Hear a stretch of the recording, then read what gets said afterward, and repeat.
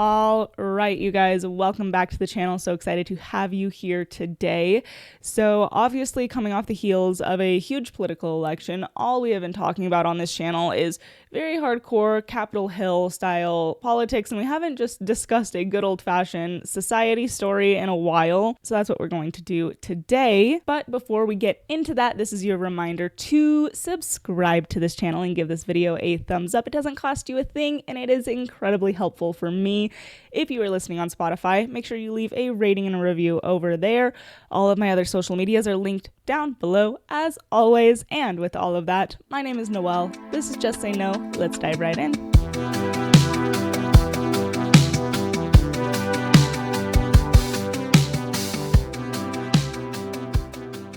So I have a couple different things that I want to touch on today. First and foremost is a story that has been circulating. You may or may not have seen it.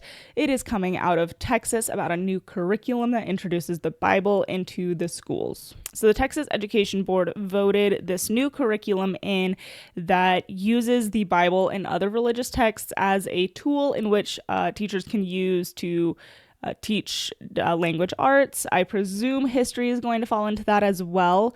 It's not covered explicitly in this curriculum, however. Now, schools are not required to partake in this. However, schools that do partake will get an additional federal funding. So there is a financial incentive. Now, obviously, this spurred a lot of controversy. Is this a breach of church and state? Is it okay to introduce Christian doctrine into public schools? And these are all very valid and fair questions. So let's dive into it and see what we find. Okay, so the ruling that passed applies to a very specific curriculum for kindergarten through 5th grade. It is called the Blue Bonnet Curriculum. It is an OER, which means it is a free online resource, which is very beneficial, just kind of generally speaking, because schools, teachers, students don't have to pay for it. When I was in college, I loved when classes had OER because it meant I didn't have to buy a textbook, right? Now, the vote, which passed on November 22nd, only uses the language arts and reading portion of this curriculum. There is also a math portion, but that one did not get pushed through for whatever reason. So if you are familiar with this show, then you know we're going to skip all of the gobbledygook and go straight to the source itself. We're going to skip all the headlines, all of the fanfare, and just check out the curriculum, get it straight from the horse's mouth. Okay, so this is the implementation guide. You see here, kindergarten through 5th grade.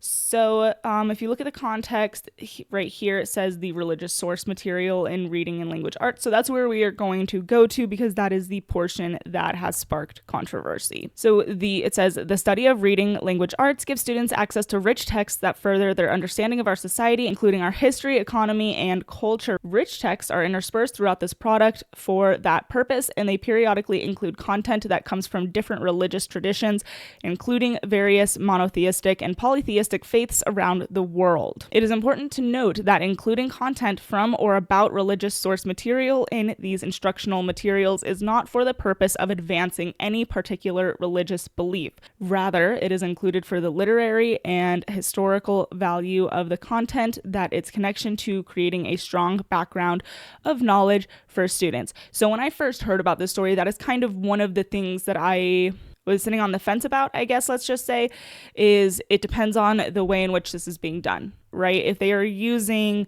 let's just take it as the example because it is the predominant one, the Bible, to teach about Christian doctrine, then I do not think that that is correct. I do not think that that is the place of the school. I think that that is the job of the parents and the family. However, if we're teaching about various languages or different historical events, there is some context to be derived from the Bible. And as we will get into this a little bit more, we will also see that they take things from other religions as well, just to provide further historical context or just context in general for whatever it is that they are teaching. Now, we will get more into this because I have a bone to pick at the age in which they are introducing this. However, I don't inherently see anything wrong with using it as a educational resource as long as it is done correctly. Rationale and relevance. There are varied religious source materials used in this product. One example of this is content that comes from the Hebrew scriptures, also known as the Tanakh. If I said that wrong, forgive me. which are viewed as sacred texts by members of the Jewish religion. Another example is the Bible, which is a collection of books, including those of the Old Testament and the New Testament, that are viewed as sacred texts by members of the Christian religion. Other examples include content that comes from faiths of ancient civilizations, including the polytheism of ancient Greece and ancient Maya. Students will also encounter content that would be recognized by those who practice Islam, Buddhism, and other faiths. Regardless of the nature of the religious source material used, content is chosen for its relevance both to our students' future academic studies and to their adult lives in this country. One example of this relevance is found in the content that comes from the Bible. The Bible exists in various translations, and across those translations is the most printed book produced in human history. The Bible's centrality to American culture is demonstrated by the inclusion of biblical references throughout American historical texts, laws, and symbols. For example, the Liberty Bell includes an inscription from Leviticus, and multiple Bible quotations are featured on the wall of the Library of Congress. Laws set down in Exodus and Leviticus serve as inspiration for multiple U.S. laws, including bankruptcy laws. Many of the country's founders, abolitionist leaders, and civil rights leaders recognized the Bible as critical in informing the laws for which they advocated. So this is what I was talking about, and this is kind of the point in terms of providing context. So if you are learning about the Constitution, for example, you might reference the Bible and say, this is where the founders derived their inspiration for the Constitution because they were Christian religious men, and that is important historical context. It'd be the exact same if a student were taking a class on the Middle East and they use the Quran predominantly because that is the text, the book on which their laws are informed. Many canonical works of Western literature cannot be fully understood without a background in biblical narratives, requiring students to be taught these narratives to fully engage with that literature. For example, authors such as William Faulkner, Nathan Hawthorne, Herman Melville, John Steinbeck, and Toni Morrison have written novels that are rich with biblical imagery and allusion. And I especially think when it comes to language arts, this is acceptable. Again, as long as you're not crossing over that line of teaching the Bible as fact, and this is coming from someone who is a very religious person. It's not meant to be in the place of the public school, maybe once upon a time, but we have strayed too far from that in our country. It's just, you can't do it, not in a public school. But using it to inform things like language arts and understanding where these authors derived their inspiration and things like that, I think that is okay. We're just going to finish this out because this is actually the last of it here.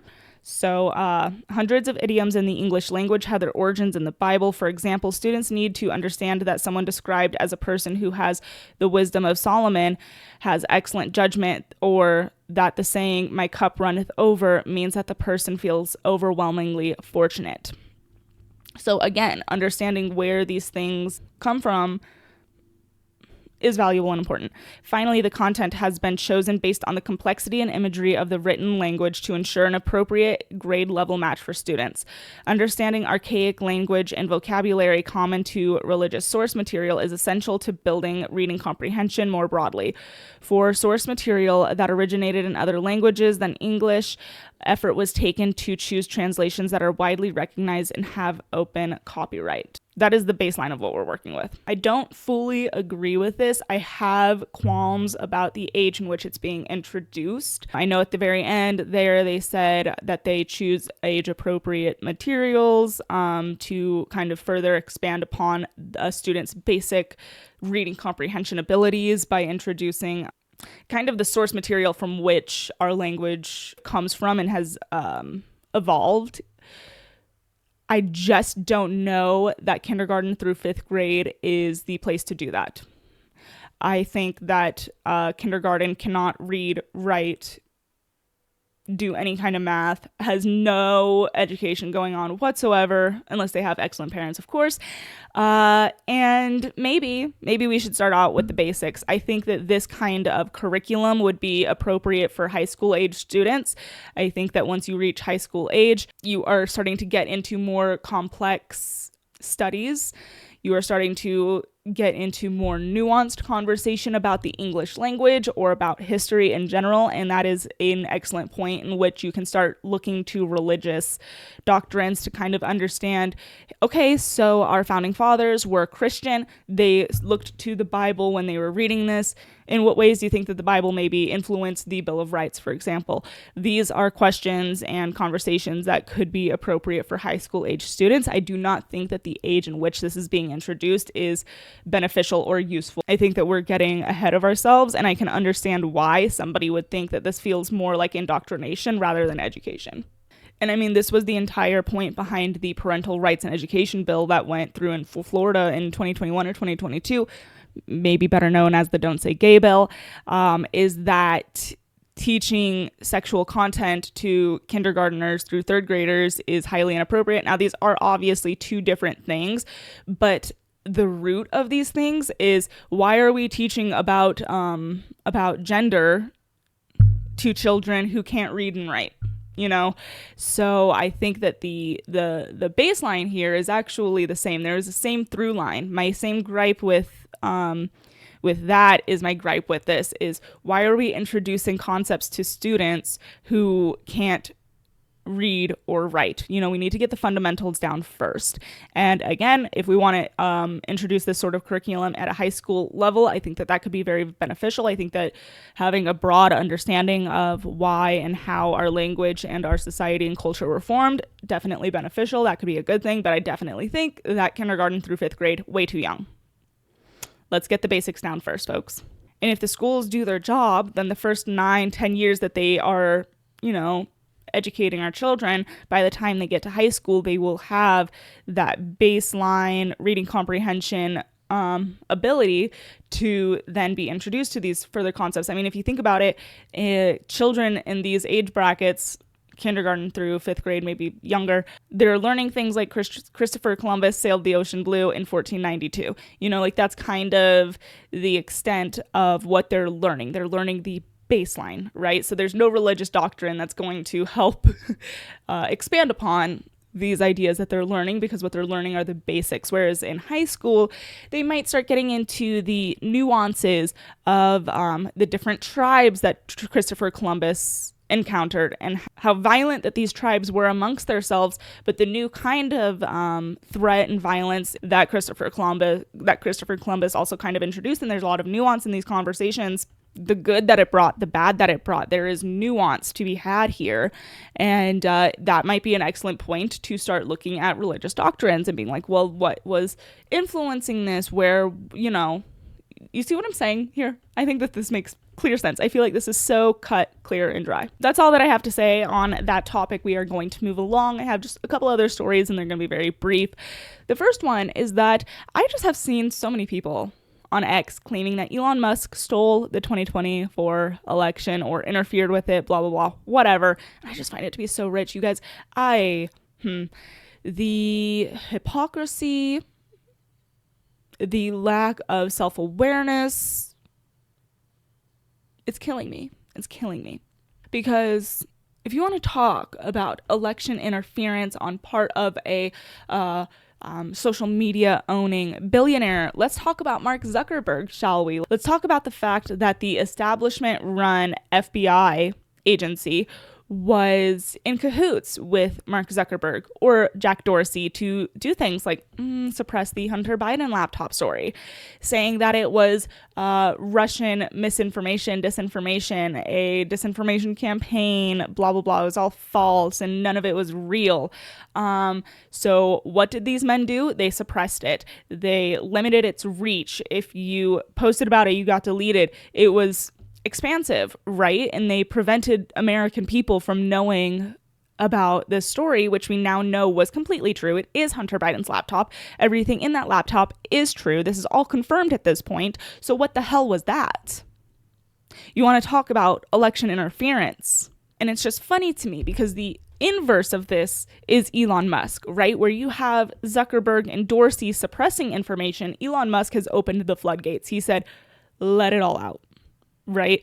And I have literally this last week's episode, I talked about critiques that I have of Elon Musk and that I don't think he's perfect, but he's doing a hell of a lot better than previous examples of this. And it just seems like their argument, their case for why they lost the election is because Elon Musk allowed Americans to hear the other side of an argument. And if your problem is that if people are exposed to the other side of what you're saying, then you will lose, maybe you should reevaluate the shit you're saying. And on top of this, there's all that talk about like, Trump had Elon Musk in his corner. He had a billionaire in his corner. Mark Cuban, all of Hollywood, all of legacy media. Kamala Harris didn't have people in her corner. Like, what are you trying to say? She had a $1 billion budget, which she still went $20 million over. If you're trying to make the case that this was an uneven playing field, you'd be correct. You'd be absolutely correct. It was uneven.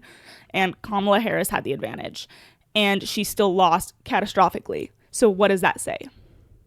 Elon Musk did not carry the weight of this election on his shoulders. All he did was give people the ability to see all of the information that is available, right? Because it's not, here's the thing is people want the government to come in and censor misinformation or things that aren't true. And that's just, we live in America. That's just not the way that works. We have freedom of speech. And if some of that information is false, then I'm sorry, that's just the way that the cookie crumbles. I don't believe that most of the things that were coming out in this election were false. That is, how do you say? It's the cost of freedom, right? It's the cost of freedom that sometimes there's going to be false information and sometimes people are going to fall for that. But you absolutely cannot then say, Daddy government, please, they're telling lies. This is false and people are falling for it. Come fix it. Make him be quiet. No. So that would be that. And one last thing that I do want to touch on, I really do not have too much commentary about this next story because I really feel like it could be its own whole entire episode. But I saw this and I absolutely have to bring it up, and this is the only place in which I'm going to do it. The 2025 CDC vaccination schedule is out, and this is some whack-ass shit. So if you take a look here, this is the 1983 vaccination schedule. This is the 2025 vaccination schedule.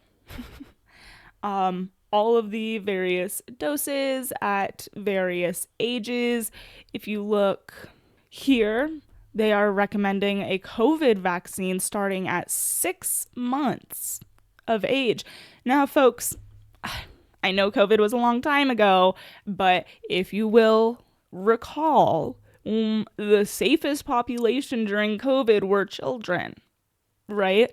So why are they forcing vaccines on a population that is safe from the illness? Maybe when you have something like Big Pharma, who is safe from liability from any injuries or unintended consequences of these vaccines, maybe they're just going to push it on whoever the hell they want to make a quick buck. And maybe it is shit like this that made the American people so excited to have RFK in charge of the HHS. I don't know. Like, maybe that's it, but who am I? What do I know? All right, you guys, that is all that I have for you today. I hope you enjoyed this episode. The year is coming to a screeching halt. We are fastly approaching the end of 2024, which is absolutely insane. So I hope you guys are all enjoying your holiday season, spending time with loved ones and family, and I will chat with you guys all next Monday. Bye.